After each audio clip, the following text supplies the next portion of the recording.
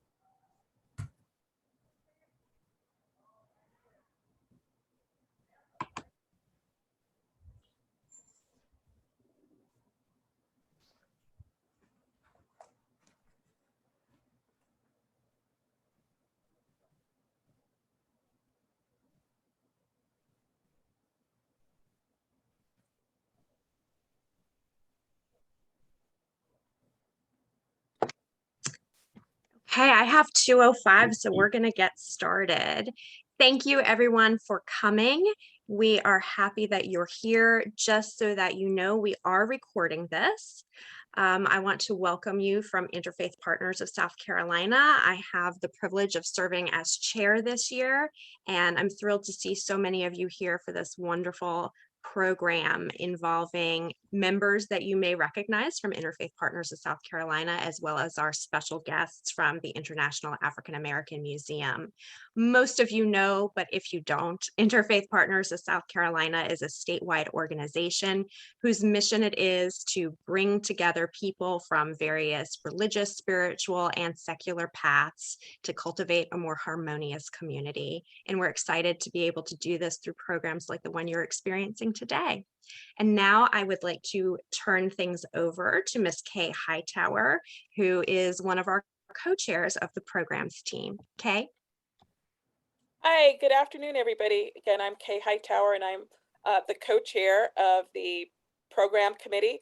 And my fellow co-chair is Miss Libby Henley, and hopefully she is with us today as well. But we are really, really excited to start this wonderful program. It's entitled Paths of Liberations, Celebrating Freedom Through History and the Arts. We are just so excited about this because everybody is going to be treated in a minute to a sneak peek of the new International African American History Museum in Charleston. As special guests today, we have Reverend Demet Jenkins. She is the Director of Education and Engagement for Faith-Based Communities, and Miss Vernine Parnell. She's got an MDiv, and she's the base coordinator for the International Museum. So without further ado, they are going to give us, lucky people, a sneak peek of the new International African American History Museum in Charleston, the Holy City, South Carolina. So thank you, Miss Vereen and Reverend Demet. Thanks.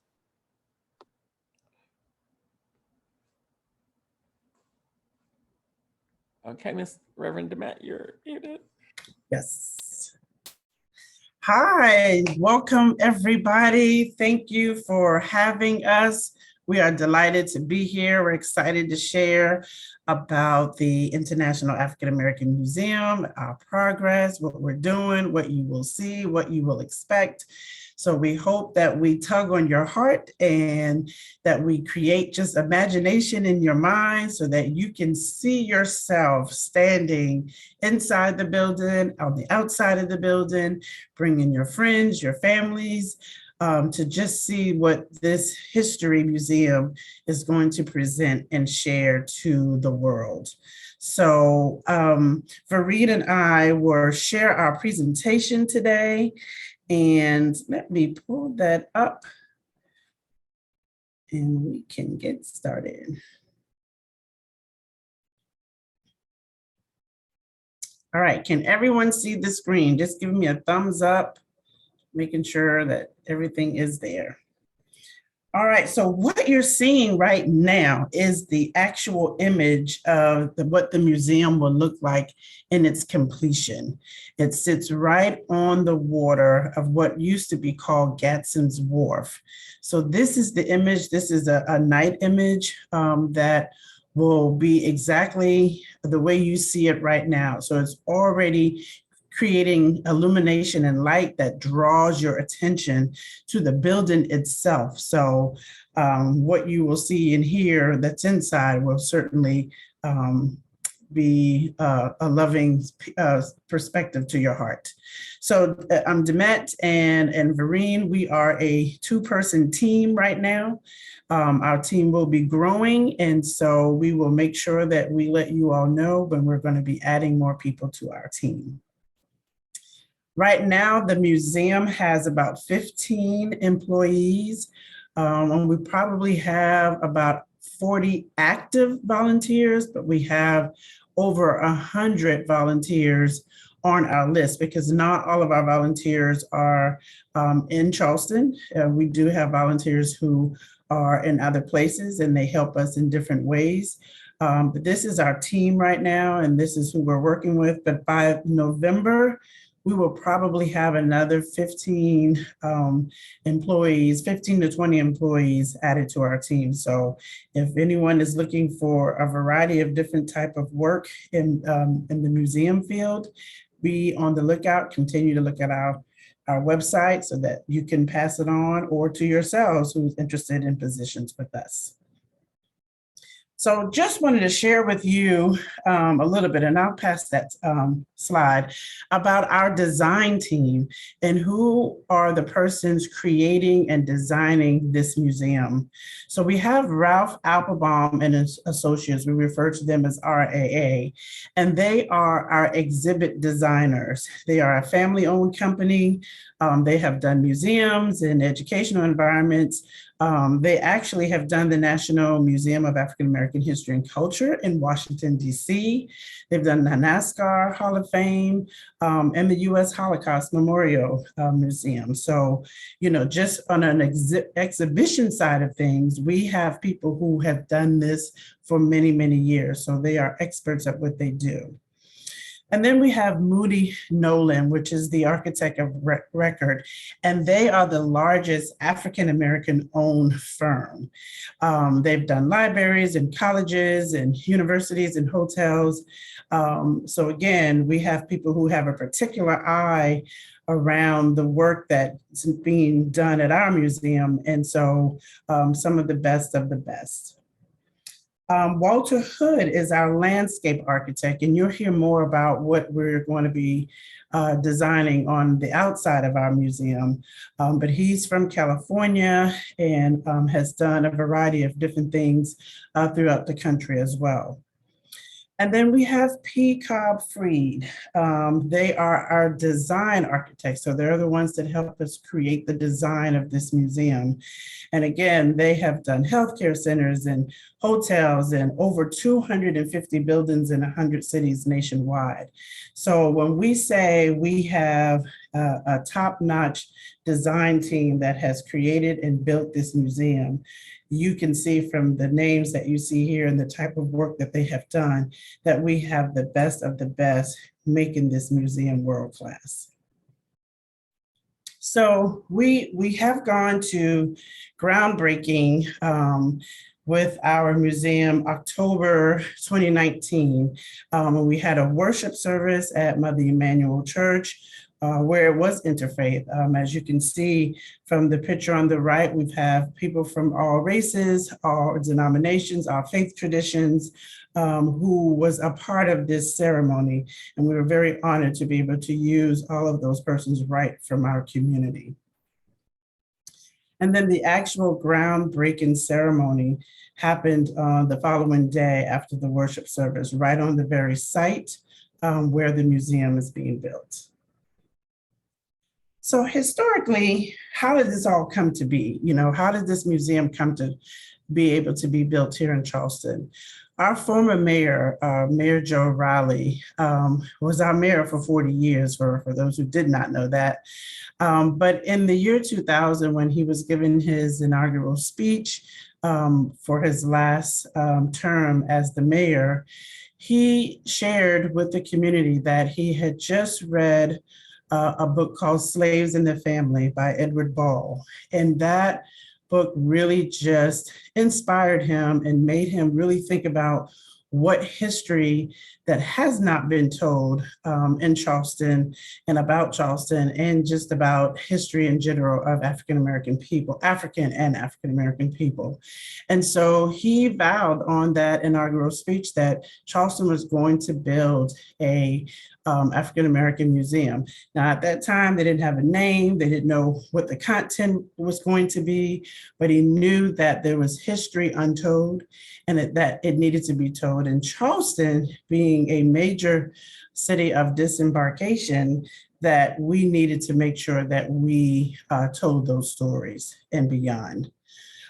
So, you know, with that, in the year 2000, of course, advisory teams, board of directors, all of those things were done. And it was decided that we needed $75 million to build this museum. So 25 came from the state of South Carolina, the city of Charleston, and then the other 25 came from other philanthropic and donations and memberships. But when we got to 2018, of course, that budget was set, you know, 6, 7, 8, 9 years prior. And so we needed an additional about $17, $18 million. So we had to raise $92 to $93 million for just the building of this building. And we have been able to do that. And that's why November 22, we will be opening. And so this is a floor plan of the museum. We have, and we'll talk a little more, we have two levels. There's a first floor that is the outside area, and then this is the main area, the inside area of the museum. And so it's all one level, and you're able to see from the east to the west. You know, if you see where it says Center for Family History on my left-hand side, those are windows that you see, those little lines there at the end. And the same is on the far right where it says Gatson's Wharf, Middle Passage. Those are windows. So you should be able to see from one end of the museum to the other with all of these galleries and exhibitions in the middle. It's about 32,000 square feet in terms of from the entire length of the building. And so there's a whole lot of history and celebrations and honoring and paying homage to throughout that 32,000 square feet building. So just, you know, kind of remember that as we're going to be talking later about each of the galleries, you know, where they're positioned. Reverend Jenkins, we had our first question. Okay. It was from Sarah Kurlowich. She wanted to know if there was a special symbolism in the design of the building. So the reason why the building, I don't know if I even said this, the building is built up about 13 feet high. And part of that is because, one, we wanted to make sure that the ground maintained its sacredness, because 40 to 48%, depending on what statistics you look at, 40 to 48% of all the enslaved Africans came through the city of Charleston. And that very ground, those very grounds where this museum is being built, is where they put their foot on the ground when they got off those slave ships. So there's a holiness, a sacredness, a spiritualness in the land. And so they didn't just want to build a building and place it on the land. They wanted to make sure that there was honoring and celebration, respect and love for the Africans and that came through Charleston, that land was preserved and celebrated in their honor. So the design of the building, one, is uplifted, and it's really to uplift those who came through Charleston. And so that's part of why that design is built that way for our museum. So this picture you're looking at now, I don't know if any of you are from Charleston, but this is what was called Gatson's Wharf, and that's where the museum is being built. But it was miles long, and if you know where the Gilliard Auditorium is in Charleston, that's how far back the wharf was. So this is a picture from late 1700s, what the Gatson's Wharf looked like prior, during that time, where all the ships came in for various cargo, and certainly the enslaved ships as well. But this is just a late 1700s picture to describe Gatson's Wharf. So the history and background, as I shared with you, is about 40 to 48% of all the enslaved Africans came through Charleston. And here's what Henry Gates says about Gatson's Wharf. It's ground zero. It's ground zero. It is where history began. And we have a lot of history museums. We have a lot of African-American museums that tell the story, and we need as many of them that we can have, because we can't contain all of our story in one or two history museums. Like, every city has to have a museum that tells the story. But this museum is being built on the very site where history began. And not all museums can say that. They can tell the stories about the history, but our museum will tell the story about the history of the enslaved people being tortured and coming to this country and being built on the very land where it took place. So that's what we're proud of, that we are designing a building on the very soil and land. And so Gatson's Wharf will present an opportunity to help people understand the national and the international significance of African-American history. So it's a story of struggle, obviously, and certainly a story of heartbreak, because it will break your heart to hear, what we learn and what we know about what our ancestors went through, but it is also a story of joy and achievement because it's about resilience. We're here because of them, and they have done so many things and accomplished so many things as a result of being here under those horrible circumstances. And you know, the Wharf is a physical embodiment of history. As I said, we are at the place where history began. So we want to be able to talk about their bravery, the tenacity and hope. So as I shared, the museum is a two-part experience. There's an indoor and there's an outdoor. The first level of the museum is the outdoor, in which we call that's our first floor. And then the actual indoor is the second floor of the museum. So these are some of the questions that we'll try to answer today. What is the International African American Museum? And we refer to it as the IAM. What will it do and who will it benefit? And then why does it even matter to our world? Again, it will connect families with their lost ancestors for our gallery, the Center for Family History. It will explore the origins and experiences of African American people, African and African American people that entered through Charleston. And we've heard many historians say, you know, you heard me talk about Skip Gates saying that this is ground zero, but we've also heard them say it's the Ellis Island without the Statue of Liberty.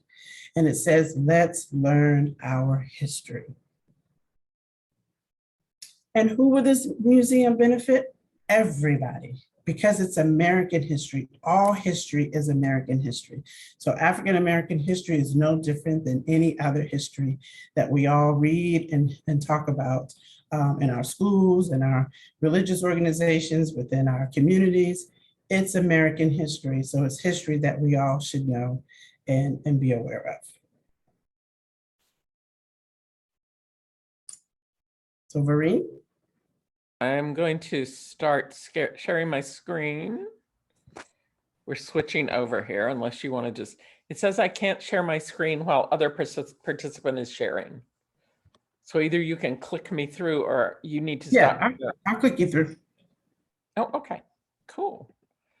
So moving on my beautiful faces out of the way.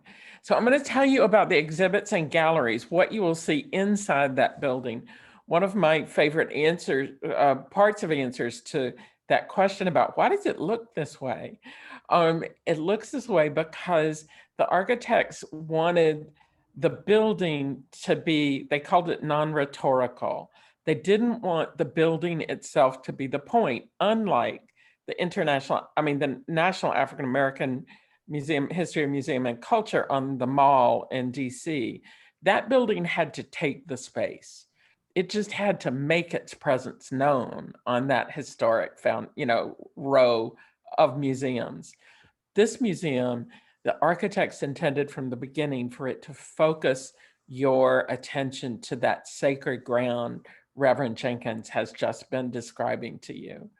And so the museum building itself isn't the point, even though it has a lot of symbolic features and it has a powerful impact. But I'll tell you about a little bit more about that as we go along. But the exhibits, the traditional exhibits in the museum building itself include, as most museums do these days, an orientation theater where you will be able to see a short film on our museum, but also probably a rotating series of documentaries on African American experience. The IM Hall is sort of that long walkway. And as you walk towards the water, you'll be able to see multiple screens opening up for your educational pleasure. This is going to be a media-heavy museum. We do not focus on artifacts as much as we focus on information. We do have artifacts. We do have, as I'll mention briefly in passing, a changing exhibit gallery, but we have lots and lots of visual and audio installations. That is what is going to allow us to pack a lot of history into the size of a football field or so. So the South Carolina connection is a critical gallery for us, because even though we are the International African American Museum, which stresses the fact that we begin these stories not even on Gadsden's Wharf, but on the shores of Africa and in the cultures, the rich cultures and ancient cultures of the West Coast of Africa. So this is not a story that begins in slavery, as so often the African-American story is told. And this is one of the things that first struck me when I heard Reverend Jenkins talk about the museum for the first time, is that it never occurred to me I had been thinking about the African-American experience from centuries into it. And it is those centuries before in Africa that we'll also talk about. But however, we are also in the Low Country, and we're proud to be a South Carolina museum as well. So among the exhibits in the South Carolina Connection Museum, there will be a large Google map of the state of South Carolina, and you will be able to reach out and activate that map on cities and towns all over the states, and stories of the African-American journey in those towns and localities will pop up. So we have this intent to tell stories that stretch from the shores of Africa to the tiniest little towns of South Carolina and all across the country. But the South Carolina Gallery will really help us tell those local stories. And there will, of course, we can't be in the Low Country without having a Gullah Geechee gallery, which we are really excited to educate people who may have heard the phrase Gullah or Geechee or Gullah Geechee. We are really happy to be able to educate them about the rich culture that is Gullah Geechee culture along the coast of northern Florida, Georgia, South Carolina, and the southern tip of North Carolina. And part of that gallery that we're really excited about as a faith-based team is that there is going to be the replica of a Low Country praise house. And I don't know how many of you have heard of praise houses, but I thought of them as little teeny tiny chapels where people would come and worship, sometimes publicly and sometimes not so publicly during slave times. And that was only the very tip of what praise houses were. They were also community centers. They were places of education and organizing, when educating and organizing for African Americans could be a death sentence. So they held this incredibly important place in African American communities during the days of slavery and beyond. And so we are going to hold up the African, we're going to have information about each of the known slave house, praise houses, in the Low Country of South Carolina, and you'll be able to learn more about Gullah Geechee culture, Gullah Geechee worship, and its connection to the broader aspect of life. Now, studio time is a flexible space where we can have classes. There'll be a kitchen and there's storage areas, but mostly it's going to be a place to learn. And we're really excited that we'll be sharing that with not only our visitors, but with other community groups. The Atlantic World will really highlight the entire scope of the African diaspora and the international slave trade.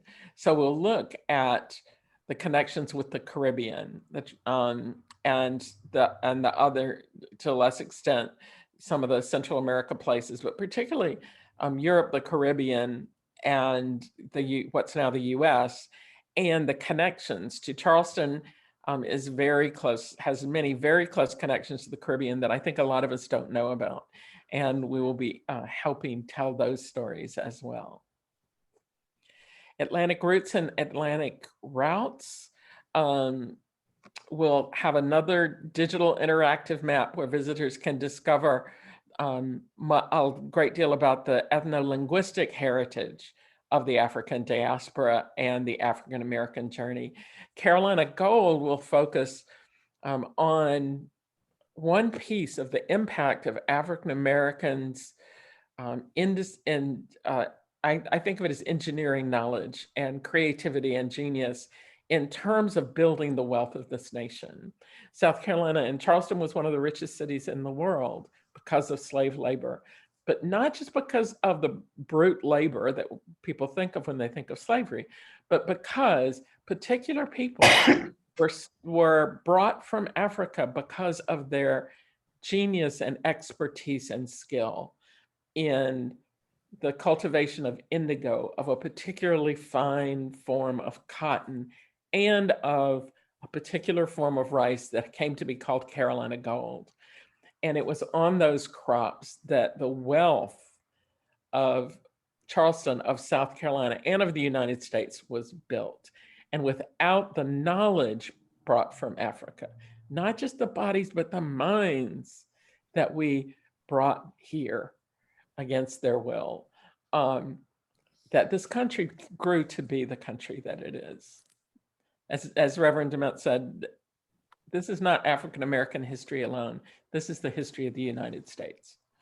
So there will be a changing exhibition gallery where we'll be creating some of our own exhibitions, but also partnering with other museums for their touring shows, and we'll be creating our own touring exhibitions.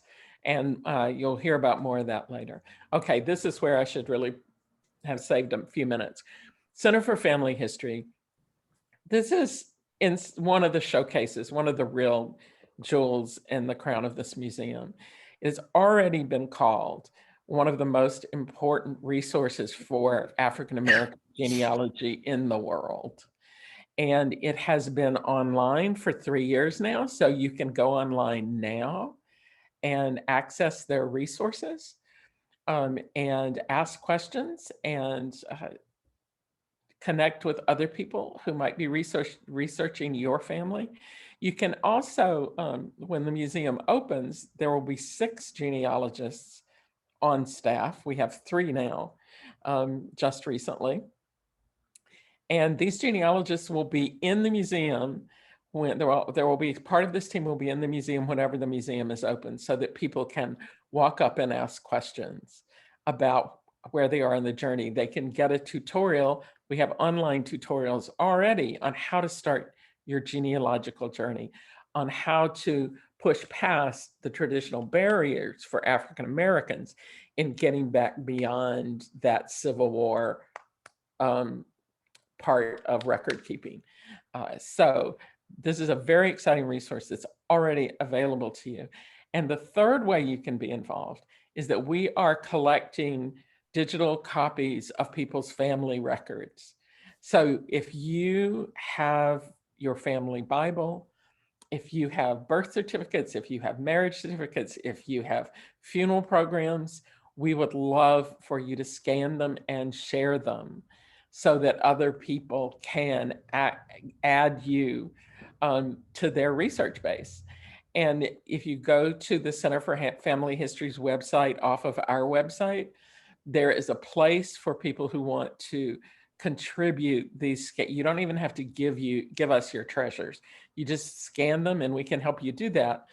And we will add them to the collection. And you get to control whether or not you want everybody to see it, whether you want them to be public or, so you have a lot of control about what happens to that information, but you can do it all right online. So yes, please consider sharing your any historical documents that relate to African American genealogy and family history. We would love to be able to add those to our already impressive collection. And here we have information on our obituary and funeral program collection. We hope in the new year to be going to one of our local churches and helping organize a history harvest, which will be, we'll keep you posted. We'll tell you how it goes. So great. Reverend Jenkins, can we bop up forward 2 slides? One more and one more. And then go back to this one. Sorry about that. One more. And there was a question also that came in about the Gullah Geechee songs. and the Yeah. ones from Eric Crawford's recent book about spirituals. So if you could also address Yes. So Eric Crawford, he is a friend of ours, and certainly when he was with Coastal Carolina, we were already working with him. But he is also going to be a part of our one of our signature programs, Awakening of the Ancestors Through Music. And it is a Gullah Geechee focused songs, spiritual songs, songs of the civil rights era, praise and worship, just kind of the old school praise houses, old church songs. And so we've been doing that program now since 2019. And we are always including other Gullah Geechee scholars and ethnomusicologists, historians as a part of that signature program. So he will be with us in February at Brooklyn Baptist Church in Columbia for our next Awakening of the Ancestors Through Music program. Please come, please come. It would be great to see you all there, and hopefully we'll be very in person by then. Fingers crossed. So I want to start here and then go back with some detail. But Reverend Jenkins has mentioned the first floor of our museum is outdoors. It's underneath those 13 to 15 foot, I haven't measured them, pillars that lift the museum the way the museum lifts African American history up. And those pillars are enormous. They're just so much bigger than they need to be to hold up the museum.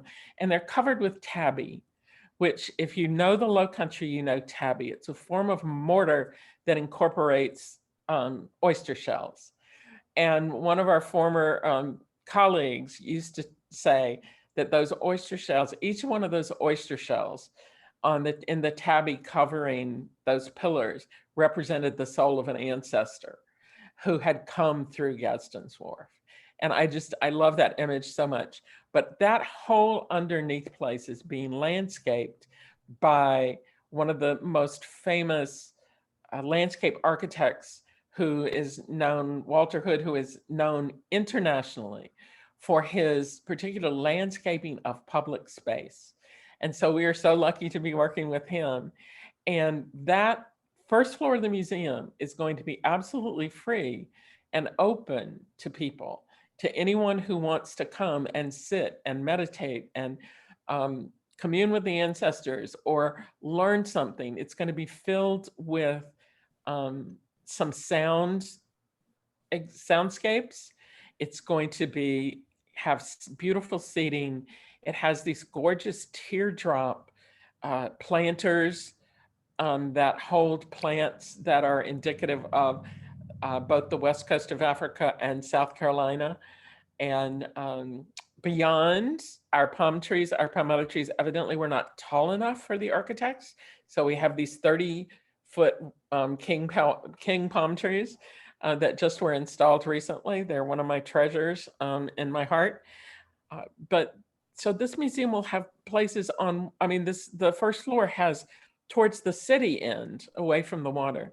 There are open spaces with seatings along our grand staircase where we can do cultural events. We can do marketplace events. We can have formal and informal gatherings. And then the space towards the water is really the center of the Ancestors Memorial Garden, which is without a doubt, although I love the Center for Family History and all of our exhibits, the Ancestors Memorial Garden is what gives me chills every time I think about it. It is along in here. And one of the unexpected features of the Ancestors Memorial Garden is right here. Can you see my cursor? Folks, can you see my cursor where I'm pointing? No, I can't see it. I don't know about Okay, others. the little black square down in the bottom, you see that? See, there's a little square marking out some of the piece of that lower. Anyway, that is when we were when the excavation for the building started. We discovered a warehouse that had been used to store people, enslaved Africans, in order to let the business people trafficking in them wait and raise the prices, and they would hold people in this warehouse. And if it was off growing season, they would hold them until planting time started, because the prices they could ask would go up. And one year, in a particularly hard winter, it got very cold for Charleston in West Africa, and the entire community of people being held in that warehouse perished. And we discovered this after we started building the museum. And so we engaged our great design team, and they have marked the perimeter of this warehouse, and we have included a memorial wall and information on and a memorial for the folks who perished in that horrible winter. And so also in the Ancestors Memorial Garden is, I keep wanting this to be, another of my favorite spaces, which is our tidal pool. And the tidal pool is huge. It goes from side to side of the museum. And it's like the reflecting pool at the National Monument, except that the water comes and goes. And it's on a timer. So if we wanted it to come and go with the tide, we could do that, which I think is pretty cool. But when the tide is full, it's a reflecting pool. And so when you look into the pool, you see yourself. And it's going to be gorgeous. And there is a bridge across the pool going from the Charleston side to the water side. And when I saw your paths to liberation, I thought, oh my goodness, the path into not freedom. And hopefully our museum will always be a path into freedom for many, many people. But when the water goes out, this is what you see. And you should recognize from the slide before this very famous picture of human beings stuffed in the hold of a slave ship as if they were property. And so when the tide goes out, you see those very evocative abstract human figures, also filled in with tabby, that same mortar with those crushed oyster shells. And I've said this to Reverend Jenkins, and I've said it to many audiences. When we stand around the pool and it's full, we look in and see ourselves learning together. But when this water goes out, what people who look like Reverend Jenkins will see is their ancestors. And what people who look like me will see are what our ancestors did to their ancestors. This is going to be a life-changing event for many, many, many people. And so, although, as Reverend Jenkins says, this museum is about the African-American journey, it is for everyone, because we all have so much to learn. And so I'm going to try to call my goosebumps home and we can move forward a little bit. But you've just met my favorite spot on that sacred ground. See, there are those palm trees. They're ginormous. They are so big. So, and I've told you a little bit about the warehouse wall and the memorial garden. Now, let me tell you a little bit about what we do and how we came to be related to Interfaith Partners. Is that the faith-based programs are designed to connect people of all, I like to say, communities of meaning. Obviously, faith-based communities, religious communities, but also communities like, thank goodness, our friends at Interfaith Partners have really been great in connecting us to secular humanists and other folks who don't identify so much with religious language, but who do identify with the language of meaning and value. And that's where we meet, all of us here.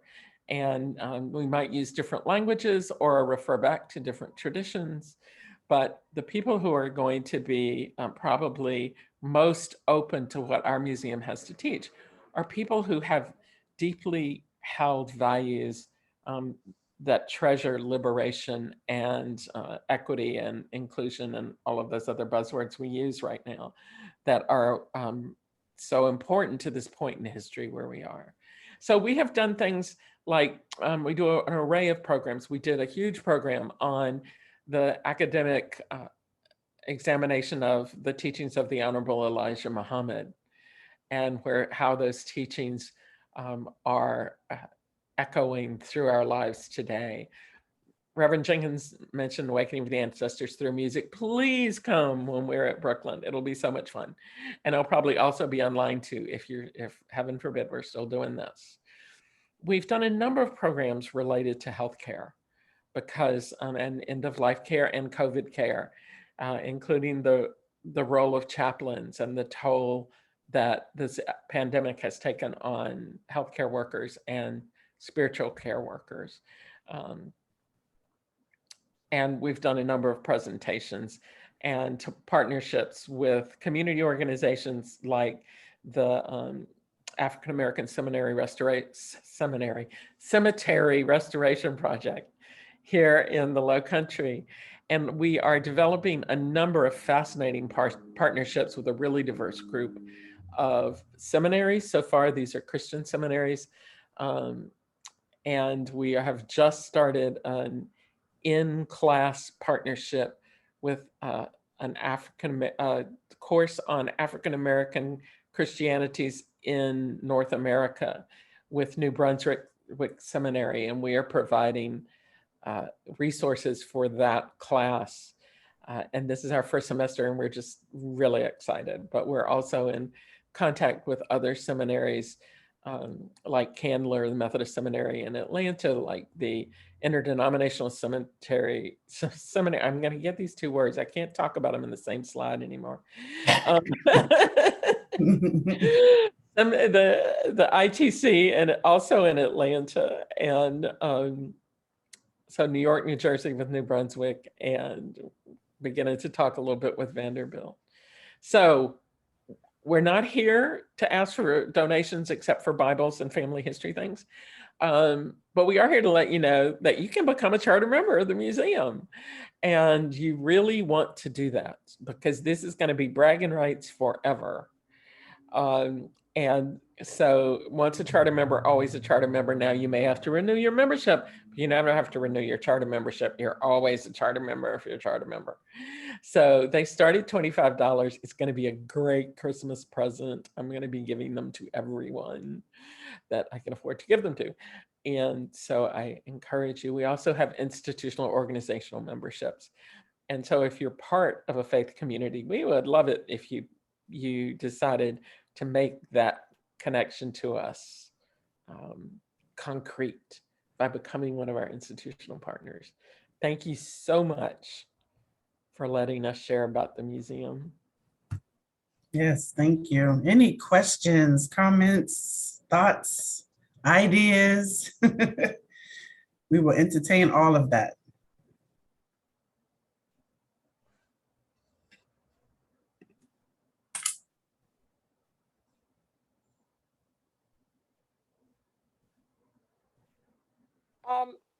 This is Kay. I have a question since I don't see any questions.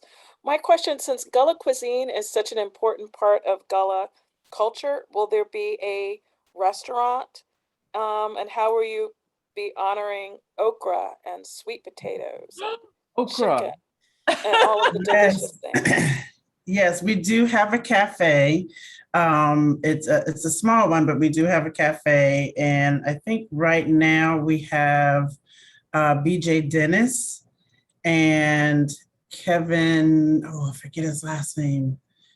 Oh, I'm so sorry. But yeah, they're both Gullah Geechee chefs. And so they will have everything from the rooter to the tutor in terms of Gullah Geechee culture and experience in our cafe. So expect that. Count on it. There's a question in the Kevin chat. Mitchell, yes, Kevin Mitchell. Thank you, Sarah. A question in the chat about what age group is the target group for the museum. And I want us to be really clear that we will have a full-scale education program up and running by the time the museum starts, if not before. And so we will be doing education specifically for K through 12. as well as college age and beyond. So we don't really think of there being an age for the museum. We will think through very carefully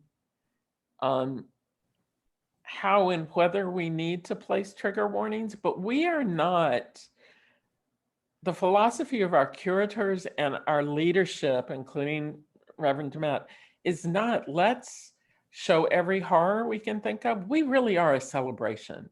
And I know that when we talk about the museum, it can sound like it's going to be a downer. I will 100% money back guaranteed for me personally, if you leave this museum and are not uplifted. So it's not going to be grisly. Probably about the grisliest thing you'll see is the bottom of the reflecting pool. And we are honest, and our intent is to tell the truth about the horrors without making you feel like you've lived through them yourself, because some of you kind of have. And so we want to make sure that all people in all ages. Absolutely. Joy and celebration permeates throughout, even in telling the truth and the stories of the experience. We're really honoring and celebrating the resilience of our ancestors. So no age limit. Wherever children are able to learn, then we want them to be present, to be there for the educational opportunities. Are you going to have any special artifacts? Because I heard you mention that you're going to have a lot of media and stuff, but are there going to be wonderful artifacts like the African American history one in Washington? We will have artifacts, but remember, we are a much smaller building. It's amazing to us that, Charleston has really built up for the last 20, 30 years, and that this space was never touched. And so, though it's not a huge space, it's a significant amount of space to create this museum. So because we're only those two levels, and one of those levels are indoor, we don't have a lot of space for artifacts, but we will have some. We will have Philip Simmons, some of his iron work there, and a variety of those. We'll have some of the, of course, the Gullah Geechee Praise House we'll have there, and they'll also have one of the boats they call it a Bantu with the fish nets there, and other art pieces. And so our curatorial team is continuously working on collecting some of those items. And it's going to be, even though it won't be as huge, we won't have 7 floors, it will be very powerful pieces that we will have on display. And so sometime in the mid of next year, we'll begin to highlight what those pieces will be. So we will make sure that all of our community partners are aware when they begin to share what those pieces are. Some of the ones we do know are we have some great memorabilia from Althea Gibson, one of the great American athletes of all times, who is also a native of South Carolina, which I'm really excited about those. We have something you may have heard about from documentaries and the recent book called Ashley's Sack, which was a homemade sack that a grandmother made for a grandchild who was about to be sold away from her family. So from the really poignant to the really celebratory, we also have a collection of combs, of Afro combs from Africa. So the original Afro combs, the big long space picks for thick hair. It's going to be fun. Here I see another question in the chat from Jordan Henry. To what extent is West African or are West African theologies honored or discussed in the museum?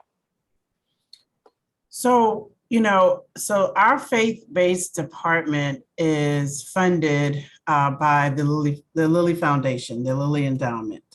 And the reason they did that, because they wanted to make sure that spirituality, religion, faith, all of that permeated throughout all of the exhibitions of the museum.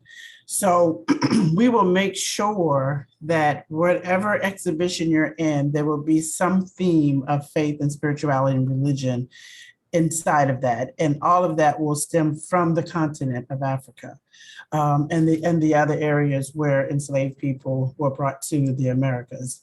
So yes, you will see that, you will feel that, you will hear that, both inside and outside of the museum. So all of those traditions will come forward. Reverend mentioned earlier that, what we do pride ourselves on is that our history does not begin with slavery. We will tell the stories of the African, the Caribbeans, and all the various cultures of those continents. We will tell the story prior to them coming to this country, because we want to talk about life and culture and education and philosophy and all the things that they were living, being, and doing prior to be brought to this country. Because many people don't know that, even though that when people came to this country, they weren't infants. They were in their teens, they were in their 20s, they were in their 30s, they were in their 50s, they were in their 70s. So what was life prior to being captured and brought here? And so we're going to pride ourselves in telling those stories throughout the museum. And all of that has to do with faith and religion as well. And Reverend Jenkins and I, we haven't said this, is we create programs with community partners, and they don't have to be programs at the museum. They, as you said, Awakening the Ancestors last year and this year is happening in Columbia. And she and I have, just with the 1.5 of us, have a wish list of programs we would like to do that is about 10 years long. But if you know experts that you would like to partner with us to create a program around, we don't pretend to be experts in African religious traditions, but we certainly have our ears and eyes open for the people who are. And so if you have folks to recommend to us, please be in touch. And if you have an organization or a congregation that wants to co-sponsor something with the museum, please pitch the idea, and we will see how many years out we have to wait to fit it in. But it's we really are about partnering with folks who have expertise that we don't. I think we have time for one more question, and I see it in the chat. How recent in history does the museum cover? Meaning, do you get an example? Is there coverage in the events of the 2000s, the current teens? So, you mean how if they're going to be in current times? Yes, it'll be from, I think, the 15th century to present day. And that's why we have that changing gallery, because that gallery the other galleries are permanent, and there'll be interactive things that go in and out of those encasements. But the changing gallery is definitely one that will change based on what's happening in the world currently, what has happened in the past several years. So it will be relevant to present day as well as historical. And we have spaces, flexible spaces, where we can do community forums and public programs that can address more current issues as well. Well, thank you so much, Reverend Jenkins and Reverend. You guys, this was a phenomenal sneak peek commercial. I know everybody is going to go onto your website, which Sarah Kurlowich generously put in the chat. Their websites in the chat. So everybody, please get your $25 at least together, so we can all become, I think it's charter members. Charter members. I'm looking forward to becoming a charter member myself, and just we thank you so much for doing this. This presentation was phenomenal. Thank you so much for your time. But now we move on to our next thing. I see Roger Acton is here, and he's gonna introduce the next part of this wonderful day of Pathways to Liberation. Roger. Thank you so much, Kay, and thank you, Ms. Freeman and Reverend Jenkins. This was my first encounter to learn all about what you're doing. You have refreshed my heart. I love how you are walking, living history perspectives and what you get to share when you talk with folks day in and day out. We will keep you in thought and prayer, getting ready for November 2022. Look forward to hearing your stories along the journey. Again, partnering with you today has just been a blessing. Thank you so much.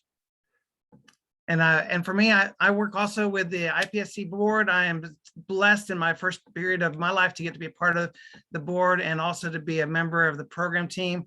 Thank you, Kay and Libby. And we have, you could say it feels like a birthing intensity, prepared to get a virtual program together. But I thank all the folks of our program team. And I'm going to get a chance now to introduce Jordan Henry.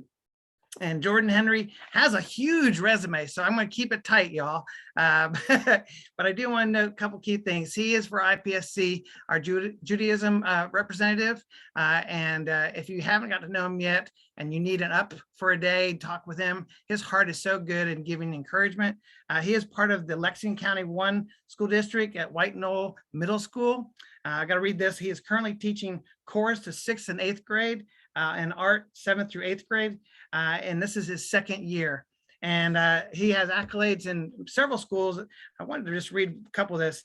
Bachelor of Arts in Secondary Education at Marshall University, a Master of Education in Curriculum and Instruction Ethics, Equity and Justice at Concordia University in Portland, and a Master of Education in Library and Media Science. This is in a work in progress at East Central University. And I have to read this. This is a quote that I love. And if I can say this from a perspective of a parent, I would love to have my teachers for my children speak like this. He says he looks forward to having his students stretch their creativity muscles and expand their artistic vocabularies. Thank you, Jordan, for having that kind of heart.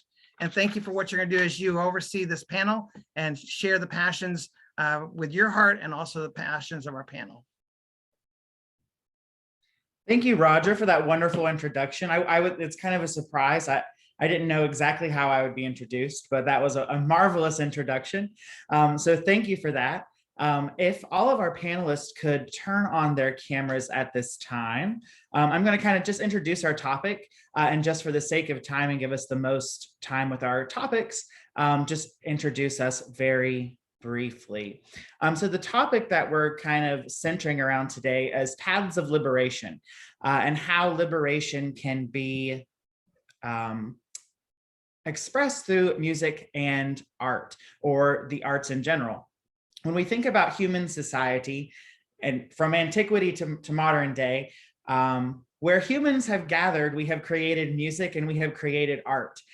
So throughout themes that, when we think about it, lots of ancient civilizations have fought for what we would consider freedom or liberation. We have lots of expressions of those same themes represented today on our panel discussion. So I'm going to allow our panelists to introduce themselves and kind of give a brief introduction to who they are, a little bit about their career and their faith or non-faith tradition that they're representing today, and a little bit about how music or art has affected them. Let's start with Adrian.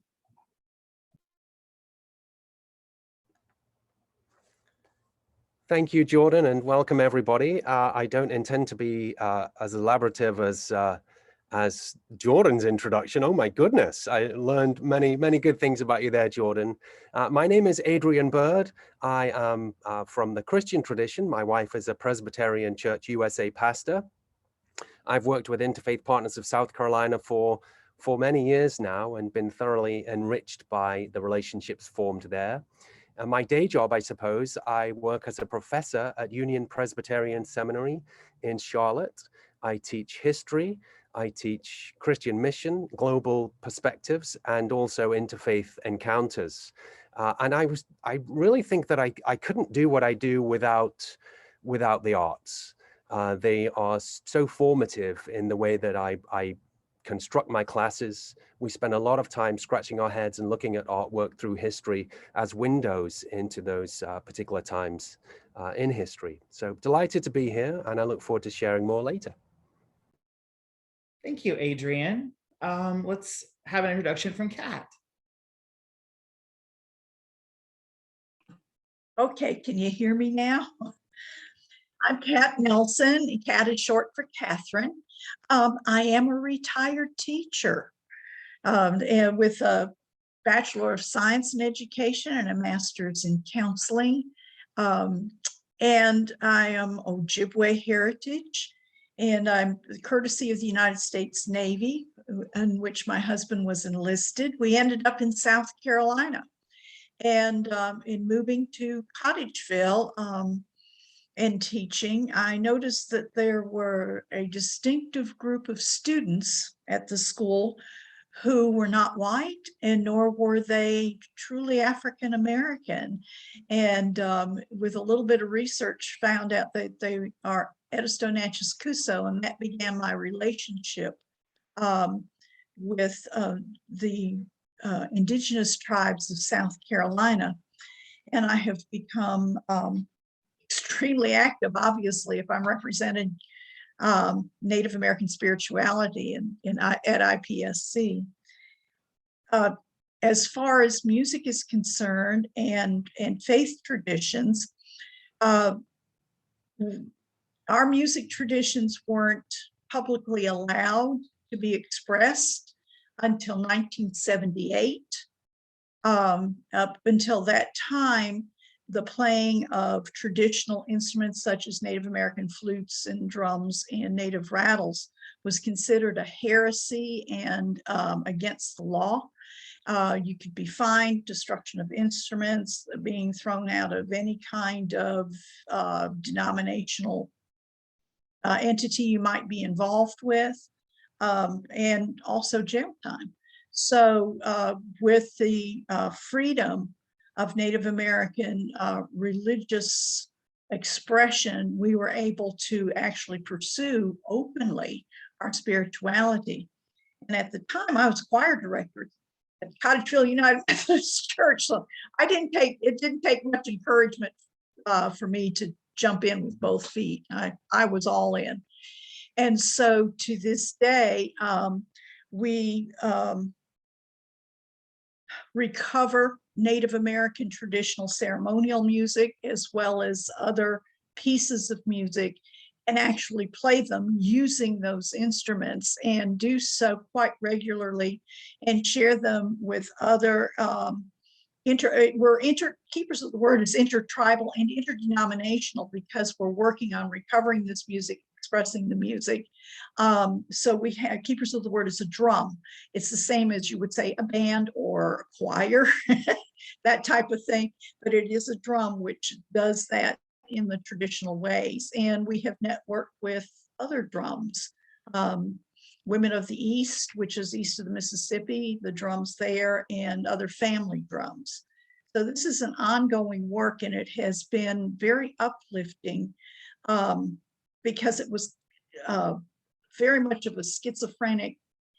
They were scared to look at where their spirituality came from, and were afraid to do so because there was a thought that if you're Native, you can't possibly be anything but Native.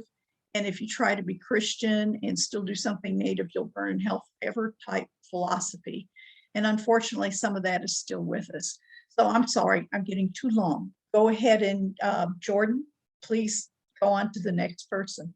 I'm so excited, Kat. You are a wealth of knowledge and opportunity for us in our discussion today. Let's have an introduction from Vani, my newest friend. Hello, everyone. Thanks, Jordan. It's a delight for me to join here with all of you, much accomplished people. I don't have a lot to offer, but I'll tell a little about myself. So my roots are in India, and I've been here in the United States since the past like maybe 8 to 10 years, but I was born and raised there. And my dad was in a job which required him to move places, and that gave me insight and interest into folk art. That's where inspiration for my art comes in. I'm a self-learned artist, and my inspiration also comes from my faith, Hinduism. And Not all of my artwork is totally based on that, but as I said, my inspiration is drawn from the faith of the religion I follow, and also the non-faith part that was probably influenced by the folk art forms, which I find quite attractive in all the folk art forms, not just from India, but all over the world. I find quite a striking similarity between so many of the folk art forms, like the original art form. It's one of the art forms, Indian folk art forms is very, very similar to that. If I'll show you both the paintings, probably you'll not know which one is which. So these kind of things had really probably motivated me, and then made me pursue art. I studied computers, and professionally I am into IT, but then I am an art instructor, and I like to participate as somebody who can showcase Indian folk art. That's how I came in touch with IPSC as well. Cheryl was kind to me, and she invited me to a couple of events, and I got to meet a few people there, including Adrian. So yes, I miss the in-person meetings, but it has been nice. And I would also like to add that when we talk about liberation, art and music have a big role to play in that, how you express that, whether it comes from faith or non-faith, however it is. It's liberation. It's a kind of like freedom, what you want to express, how you want to express. And I know as I communicate with other people from either my community, from the Hindus, or from other people, I find the similarity that anyone who is free to follow their heart, who is free to follow what they want to express, they are the ones who happen to feel the liberation. But if you don't get that freedom, you don't get to express that. So I guess freedom is what we need to experience the liberation. And art and music have a big role to play. Thank you, Vani. And Thanks, then Charlie. from Jim.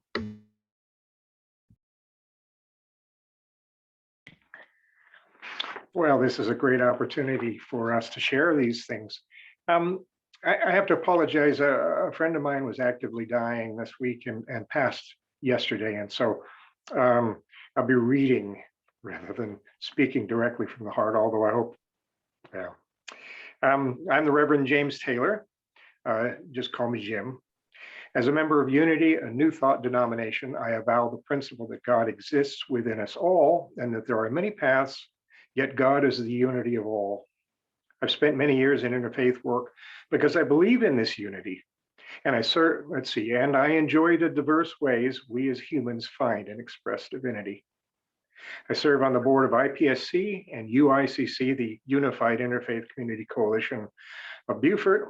I served for 4 years as an ambassador to the Parliament of World Religions and attended 3 of those convenings. I currently am executive director of Interfaith Advocate, a 501c3 organization. I was ordained by Bishop Dr. Jack Bomar at Hillside International Truth Center, and I am a graduate of the Barbara King School of Ministry in Atlanta, Georgia. With regard to the arts, I'm a published poet and was associate editor and editor-in-chief of Utah State University's literary magazine, The Crucible. I served 7 years on the board of City Art, a 501c3 organization in Salt Lake City, Utah, supporting the literary arts. And I served a year on the board of the Arts and Cultural Council of Southern Beaufort County in South Carolina. Most recently, I had a poem of mine published in Tributaries, which is an anthology of the work of members of the Savannah Writers Group. Thank you. Jim, I'm so sorry to hear about your friend. Please know that we lift you and your friend up with loving kindness. And thank you. I should say that he did not suffer, and he died at a month short of 90. So long personal loss. Life, may his memory be for an everlasting blessing. Yes, of blessed memory. All right. Our first question is, this is for any panelists that would like to begin. How does your faith tradition define freedom or liberation? So we kind of got this beautiful imagery of celebration of the African-American journey, or the African and the African-American journey from the museum.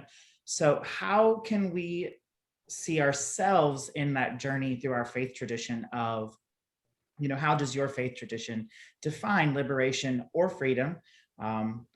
It could be two different words, or you could link them together. However, your faith tradition and your own perspective inside your faith tradition. So how do we define those? Who would like to go first?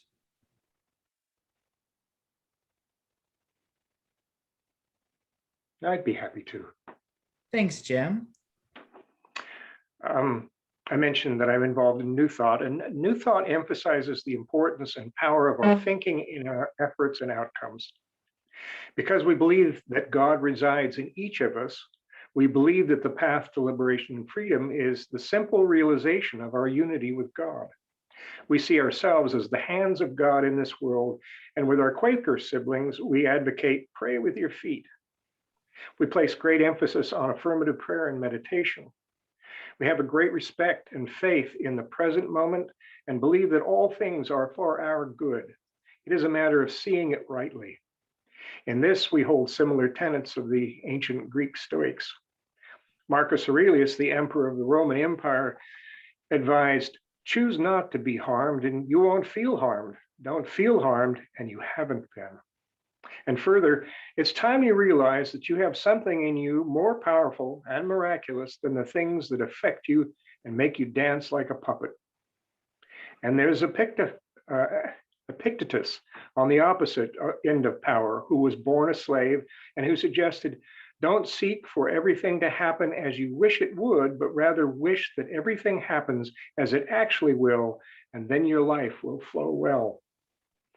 In his book, Practical Metaphysics, Eric Butterworth, Reverend and writer for Unity, says, the desire to find and know God quite often misleads us to look for a God, or to look for the God, or to look for something which is anthropomorphic, which is personal, which is a kind of Superman, which is out there somewhere at time and space. You see, God is not a person out there. That's shocking to a lot of folks.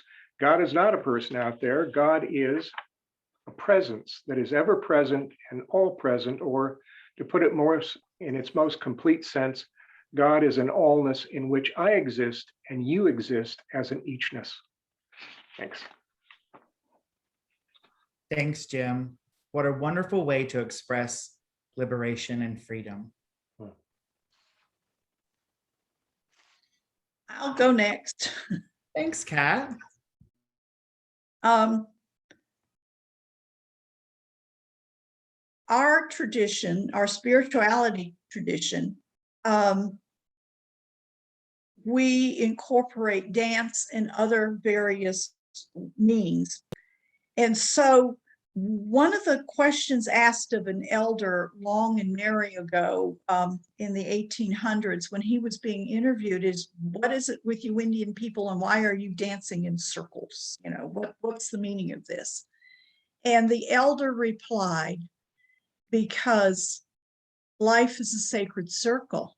We dance to pray, we pray to heal, we heal to live, we live to dance. We dance to pray, we pray to heal, we heal to live, we live to dance. Life is a sacred circle.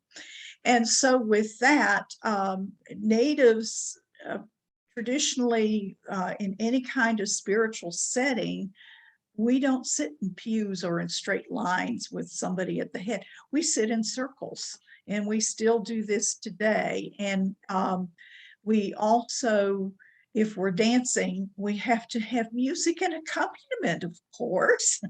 So we use drums and the traditional instruments, flutes and rattles, and we do dance our prayers.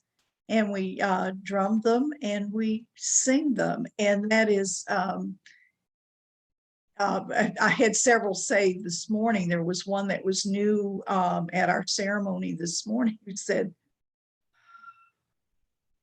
this is so stress relieving. And the feeling of so much better and a relief and a reality that who God made him to be is okay.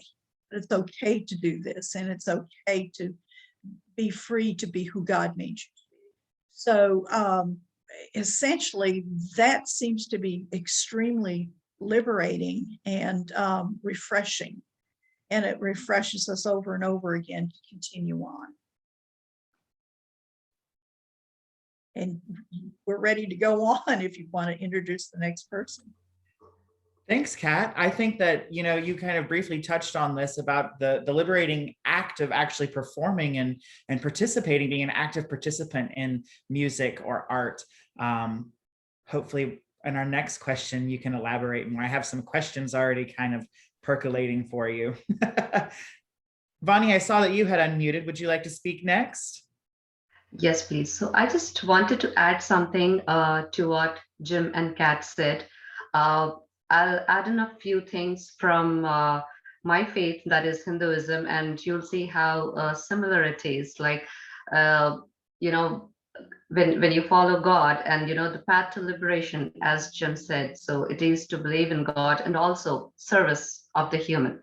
So as if any of you might have heard, there is a book called Bhagavad-Gita. That's what is followed by the Hindus, and Krishna had said whatever is in that book, and that book is followed like a guide for life. And there are 3 ways how you can achieve liberation according to that book, and that's what people try to follow in their lifestyle as simply as you can. So the 3 things are karma yoga, or the path of action.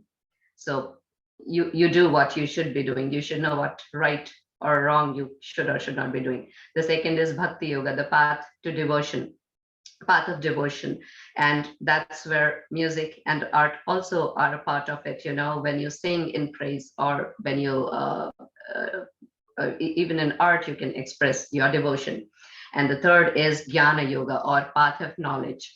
So to know what to follow and what not to follow, and the combination of these 3 are what helps us find the liberation. So I just thought it would be interesting how all of us from following different faiths and following different paths, you know, but the goal kind of looks very similar and same.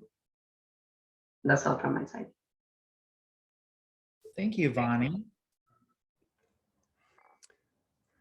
Gosh, it's been fascinating to listen to each of the speakers talk about liberation, such a transformative term, and certainly the term liberation within Christianity has been transformative across the globe, and particularly in the 20th and the 21st century. The term liberation theology, or the liberation theology and action, was coined in the Roman Catholic tradition in Latin America in the 1960s. And it was designed to wrestle afresh with questions about God's relationship with the marginalized, the poor, and the oppressed. So really, it's a theology of hope, and it's also an essential struggle for justice. And when it began in the 60s, it was very contextual. As priests began to ask these questions, it wasn't in the abstract, but rather in the heart of life lived with marginalized communities around the church. Gustavo Gutierrez, one of the church leaders instrumental in this movement, argued for God's preferential option for the poor, which is really a radical statement which has shaken the heart of Christianity as folks start to ask, where is God present and active? And if God has this preferential option for the poor understood in multiple ways, then this tells the Christian church who we are and also how we are to live in the world alongside those in need. So when we look at the global church beyond the Catholic Church, we find that liberation movements have really been generated across the landscape.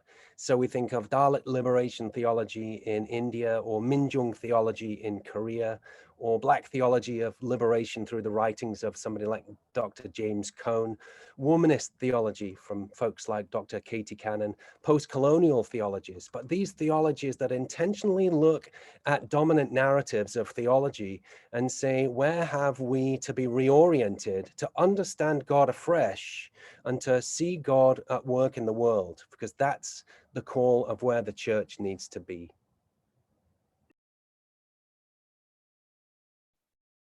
Thank you, Adrian. Thank you, everybody. What diverse yet unified answers that we all had of kind of how we each define what liberation and freedom are for each of us. So now taking that idea of freedom and liberation kind of even a little bit further to actually how is it expressed in music and art or other artistic traditions inside your faith tradition.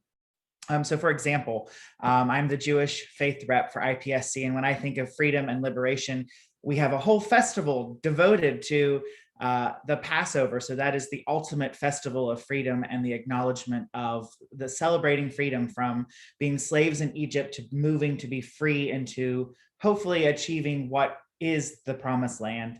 But you know, there's a whole story of 40 years waiting for that. So, so for you all, how does music and art in your faith tradition express liberation and freedom?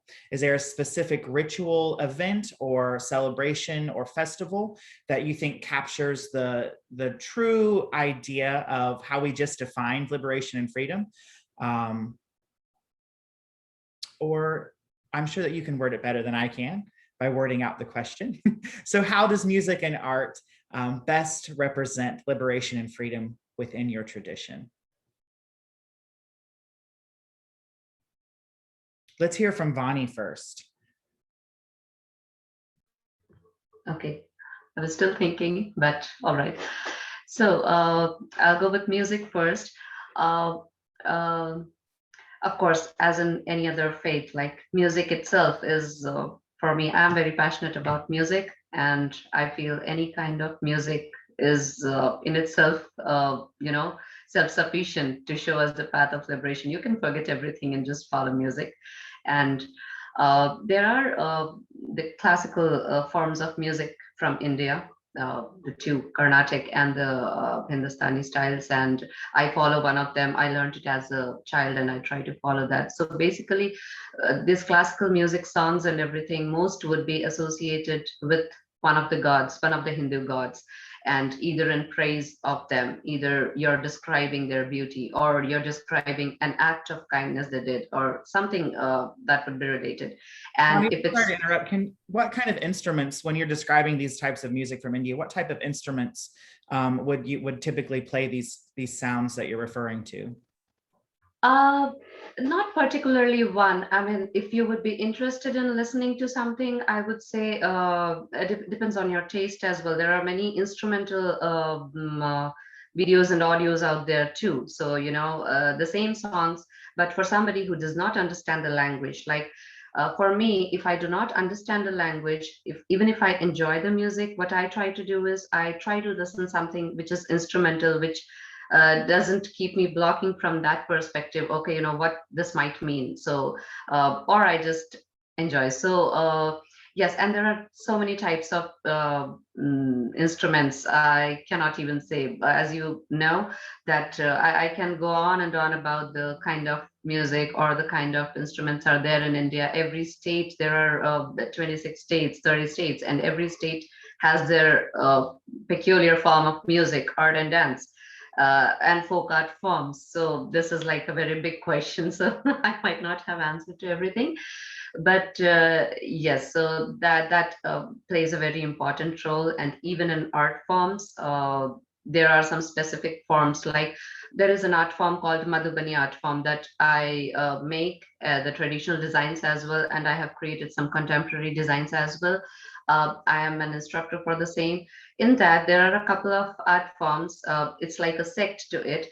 And in that, they don't just make the, as all folk art forms are, inspired by the nature. But in this form, they will only draw the pictures of gods and goddesses.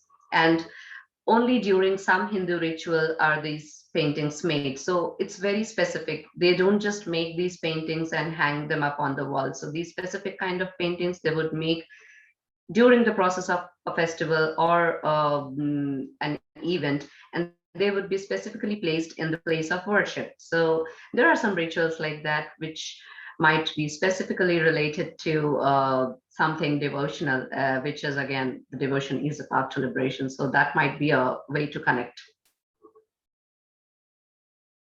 Beautiful, thank you. Thanks, Jordan.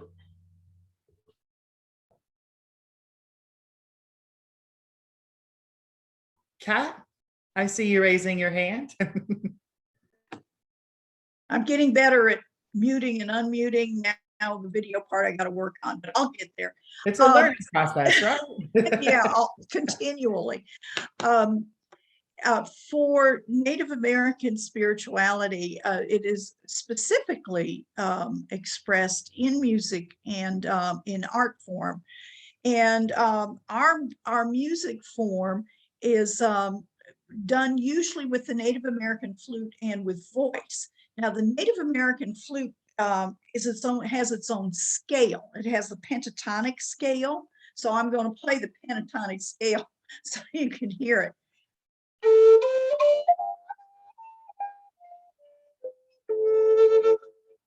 So most of our songs are in a minor key, and so that's what gives Native music. People say, "Oh, I love flute music. It just is so meditative to me." Well, that's one of the reasons why. It's how the Native flute works and how our scales work.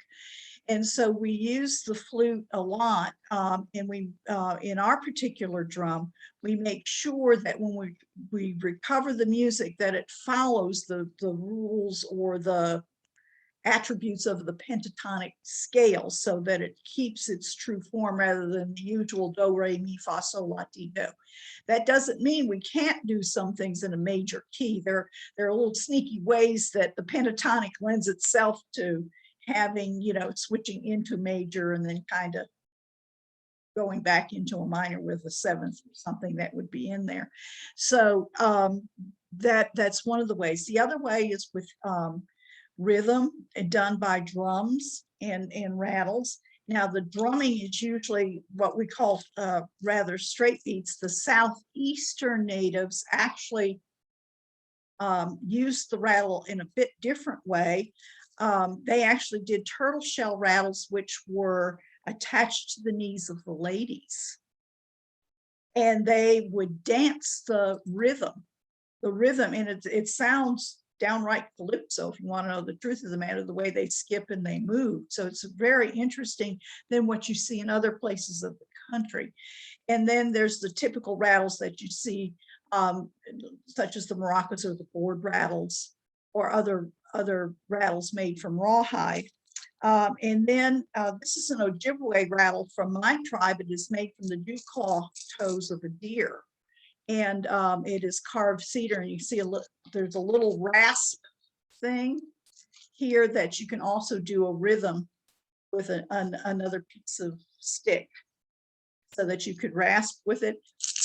But it's considered a healing rattle, and it's specifically used in a sweat lodge, which is a rite of purification and healing and prayer.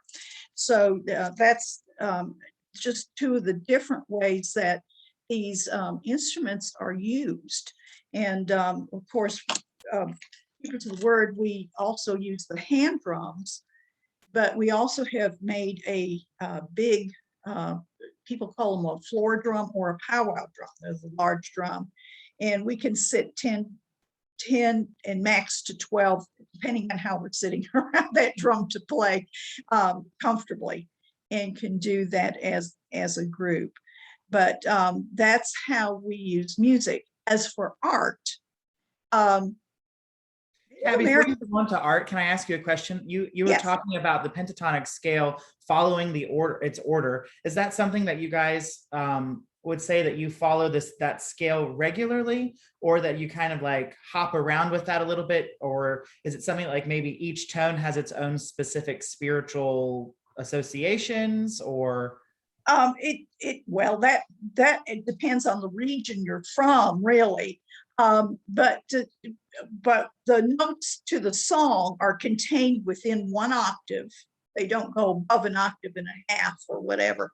They're contained within a 1 octave range, and they use the pentatonic scale in various forms. So we can switch melodies around.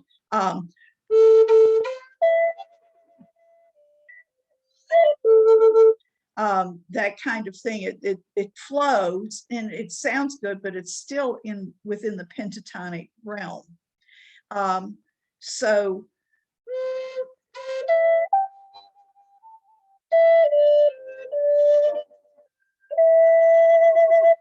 we have this range using it so that the music can be uplifting and as well as extremely melodic. Music of the Eastern United States tends to be far more melodic than our brothers and sisters west of the Mississippi. They tend to be way more pentatonic and almost Asian sounding in their chants and in their music. I don't know if I can do part of one or not. Let me see.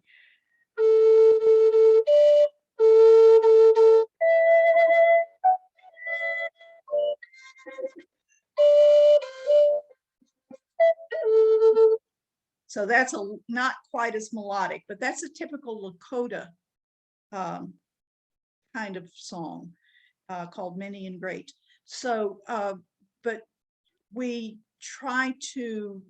intertribal, so we try to include the Western as well. We have a Kiowa and a Lakota member, and we try to include some of their more pentatonic, truly chant type songs, as well as the Eastern songs, which and Southeastern in particular is very melodic and very enjoyable. So I have to work to break out of that. But as far as art is concerned, Native American art tends to be wearable art in jewelry and in clothing. And so this is, oh, you can't even see it. This is a traditional Southeastern symbol, and it's a carved shell.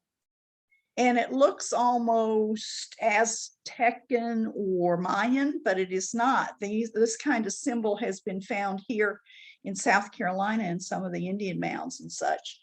And this one, it's carved on both sides. I was very blessed to have this given as a gift. This one is, I can't say his name, but it's a Creek, what they call a Creek angel or a Creek saint, the Creek spirit messenger. He's the one that meets you to help escort you to Creator. So in other words, this is the Saint Andrew of the Southeastern Creeks. And one of the reasons that I was given this as a gift is the museum that it was carved for thought it needed to be facing heavenward, that it was not, that it was just too horizontal. So I was so glad that they rejected it, and I was presented it as a gift, so I can pass the story on. But wearable art in what we wear, in our jewelry. I have the medicine circle earrings on, this type of thing. It is worn, and there is a specific dress that Native women make called the Jingle Dress. And the Jingle Dress has at least 365 cones on it. It's a dress with an apron over it with all these cones on it. And all of these cones jingle, and they represent prayers. And so as if the young woman is given permission to do this dance by an elder, and then the dress is made, and as she makes the dress and these cones go on, she is praying. And when she goes into the dance arena, the sacred circle, and she dances these dances, she is a prayer intercessor. And as she dances and these cones jingle, she is releasing prayers for the people. And so that is a way of wearable art, combining wearable art in dance form and music that is used. The fringes on the shawl, kind of similar to maybe a tallit or so, and a Jewish shawl, but the fringes on the shawls that traditional dancers, women wear, those two are made with prayers. They're called prayer shawls. And so as they dance with the prayer shawl either around their shoulders, or if they have it folded over their arms, they carry that prayer shawl in, because as prayer is an action. It's not something you do. It's not a state. Prayer is not a stationary thing. It's a viable action. So the fringes represent the action of prayer. And so as they dance, the fringes on the shawl sway and the jingles jingle and so forth and so on. And so that is what and how we use wearable art in the expression of our faith. Thank you, Kat. That was wonderful. So much to unpack. Let's hear from Adrian next. So Adrian is going to share with us how Christianity can exhibit or express liberation and freedom. Thanks, Jordan. And my goodness, I was so engrossed by what Kat was bringing that I'd forgotten I had to say something. But fortunately, I put together just 2 or 3 slides, if it's okay for me to share those, Jordan. So earlier I mentioned about the rise of liberation theology within the Catholic tradition that has influenced many other Christian traditions. And I said that liberation theology is always contextual because it will look different in different contexts because of people's stories. So let me share my screen if I may. Has that come through okay? So just to share something of the context in which I'll be speaking, it's in Sri Lanka, which is an island off the southern coast of India. So if you look on the image of the map there are many different ethnicities. And in history, there has been both harmonious relations and also some great tensions as well, similar to other places in the world as well. If you look to the bottom here, you'll see there are many different religious traditions represented. Predominantly, Buddhism is the main religion, although of course there's lots of diversity within that as well. So this is Father Aloysius Pieta, who's been a real inspiration for me, and he does something rather unique, I think, within the Christian context. He recognizes that Christians are a minority in Sri Lanka, and so he tries to work alongside folks from other traditions, particularly Buddhists. And he says, if we are to understand who Jesus is for Christians in Sri Lanka, then we need to allow Buddhists to help tell us who he is for us here in this part of Asia. And so he works with Buddhist sculptors, and the Buddhist sculptors actually craft these great pieces of artwork in order to create spaces for healthy dialogue. So again, back to the context of Sri Lanka, for 25, little over years, there had been a civil war that only ended in 2009, and it was really catastrophic for all sides, really. And while I don't want to get into the history of that, civil war is devastating.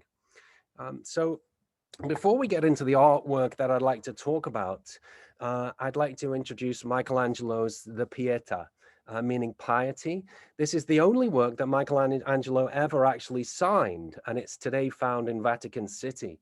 And here we have the image of Jesus's mother, Mary, who is holding her son, who is dead in this image. She is holding her son on her lap. So already there's something powerful in the very image of mother and son there. I say this can be found in Vatican City. So the Buddhist artists in Sri Lanka came up with something similar. They drew from this inspired work to create this image, and they called it the Pieta Lanka, Mother India. So what they have done here, and the images, it might be a little tricky to see, but if you can see my cursor here, this is the representation of Jesus's mother, Mary, that I'm outlining there, and also here. And if you see carefully, it's actually in the shape of Sri Lanka. So there's obviously a play there on the mother of Jesus and Mother Lanka.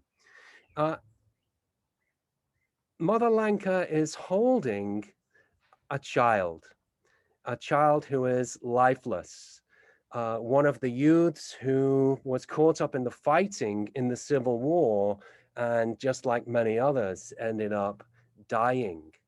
So instead of the mother holding Jesus, here we have Mother Lanka holding on to the youth who had been killed because of the conflict and the tensions in Sri Lanka. In the background here, we have an image that goes, it's a lamppost. And in the context of Sri Lanka, I won't get too graphic, but when youth had been taken by the opposing party, they would often be chained to the lamppost, and eventually they would be killed and left just hanging against the lamppost. And so the lamppost itself has become a symbol of terror, really. So what the Buddhist artists have done here is, in dialogue with the Christians, is to transform the image of the lamppost and turn it into a snake-like image.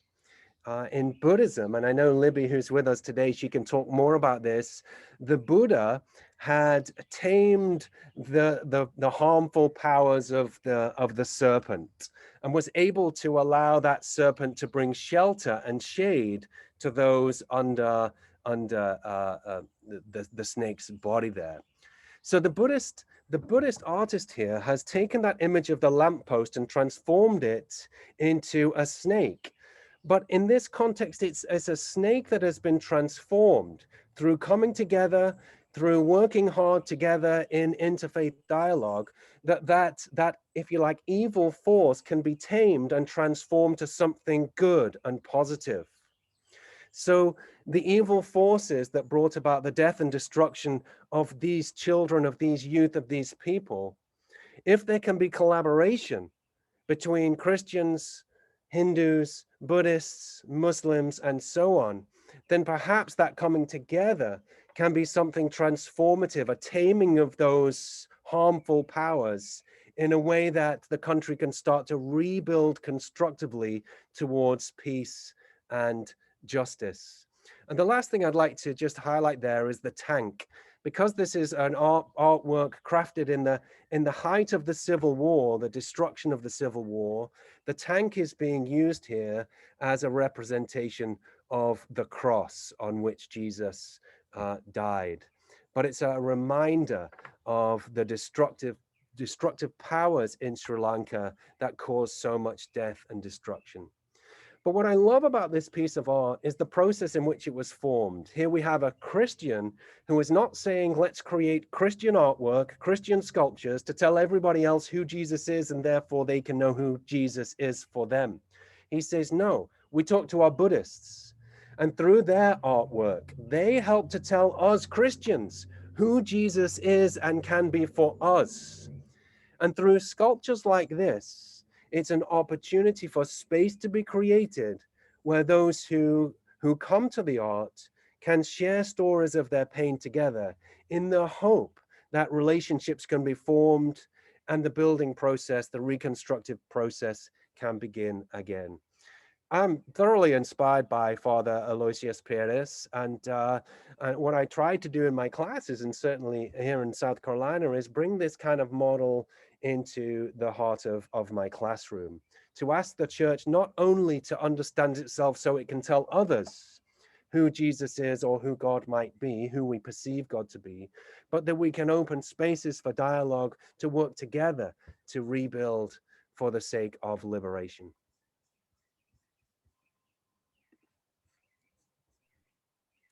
Thank you, Adrian. I have never heard of that artist before, and I look forward to diving in a little bit on my own time.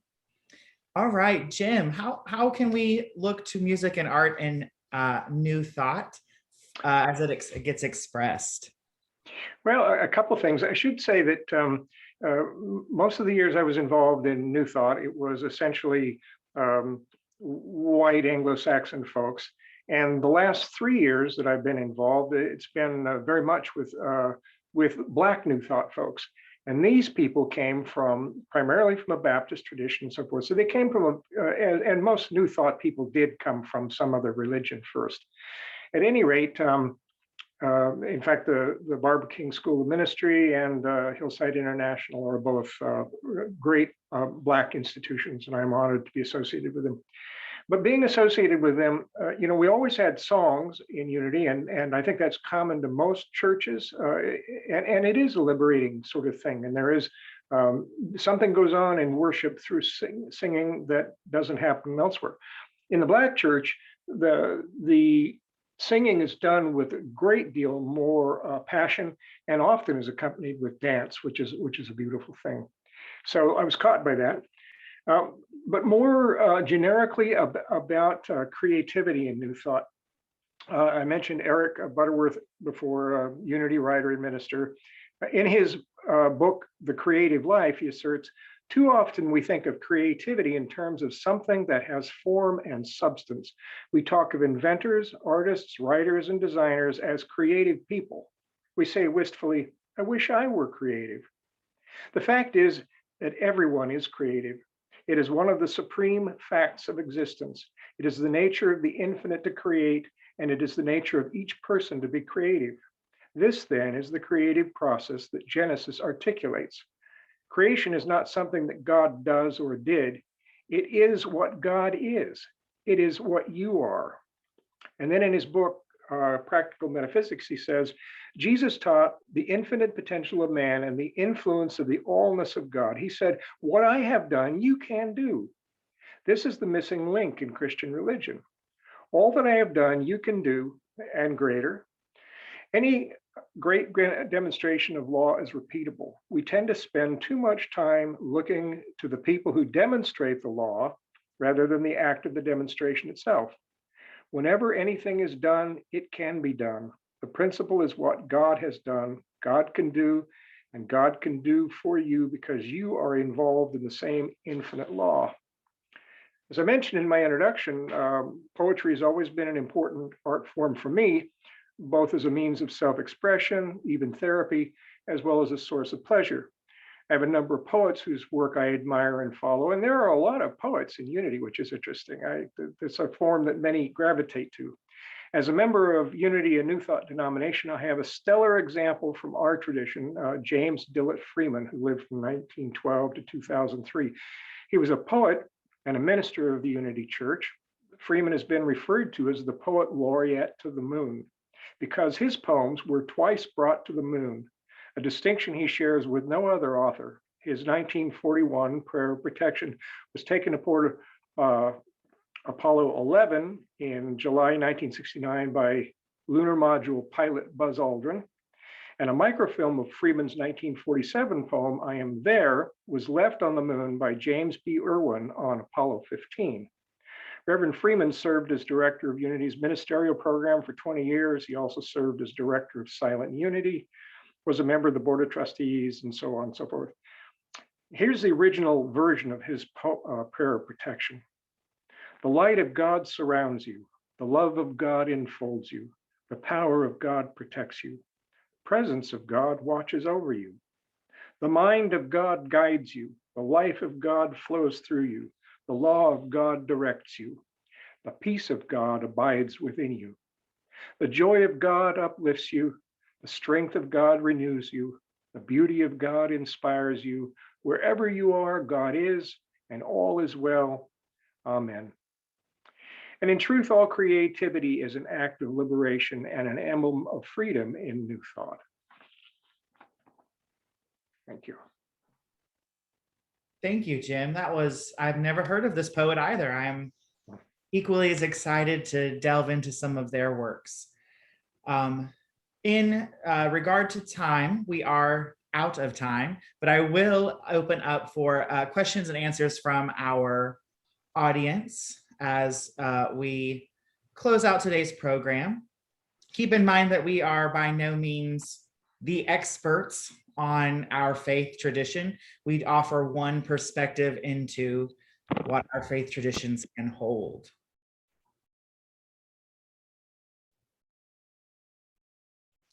If there are any questions, you can put them in the chat, or you can, I'm not sure if you can unmute yourself in this format, but just go ahead and put them in the chat and I'll read them out. But I was wondering, Kat, is your organization, can you tell us a little bit more about it and maybe where we can find more information, or if you do anything that's open to the public? We do things open to the public. We do a lot of educational and bridge building programs. We're also honored to be the host drum for the Haygood Mill Native American Festival, November 20th, up in Pickens. I mean, that's way upstate, but that's open to the public as well, where we share this. Yes, we go to various churches and things, and we are available to come and do various things. We're wide open. We have drum rehearsal on Wednesday nights in Cottageville if anybody wants to drive out for that, and we do Sunday ceremony also out here at Cottageville, unless we will be going to an African American Methodist church for a Sunday service. And there's a tentative schedule for another one, I think 2 in November. So we'll be gone 3 weekends out of November because it's Native American month. And it's kind of like we're pulled out of the cupboard during that month. So it's kind of hectic coming up the next several weeks. But we're still natives year round. So we're open anytime. You can Is call. there a website that people can go to maybe to find it for? We have a Facebook page. I need someone to help run the Facebook page. It's keepersoftheword.org. And unfortunately, when it comes to technical things, I'm a real klutz. So, and we're looking for someone to help manage the Facebook page. You can call me. I'm real good at email, comparatively speaking, with other things, and you can call me on the phone and we'll talk. I'm good with that. Awesome, thank you. Jim, I see you have your hand raised. Yes. May I just quickly, Interfaith Advocate, which I mentioned, one of its primary jobs has been to document events and the like.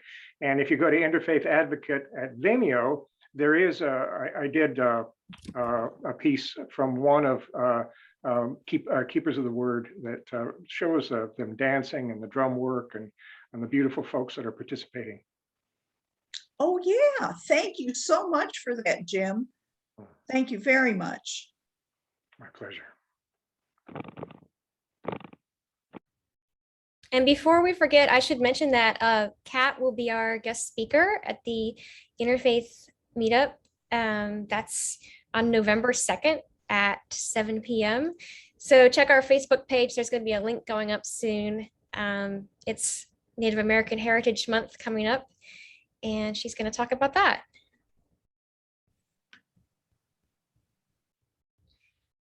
All right, I see we have 2 minutes left, and I know we've got some people who have places to go at 4. So I think I'm going to go ahead and close us out. Thank you, everybody, for coming. Thank you so much to the panelists. Thank you to everyone from the International African American Museum. This was a great program, and I know that 2 hours is kind of a big ask when it comes to Zoom. So thank you all for sticking with us, and I hope you got at least a little nugget of something to take away with you. I know I did. And we will be sharing this recording on our platform, so keep an eye out for that. And that way, if you want to share it with any of your friends, you can do that as well. And I hope you will. But we'll be doing more of this in the future, so watch this space. Our Facebook page is Interfaith Partners of South Carolina. Our website is www.interfaithpartnersofsc.com. Might be .org. Better check on that. One of those will get you there. But we hope to see you all again soon, and thank you so much. Thanks all. Thank you.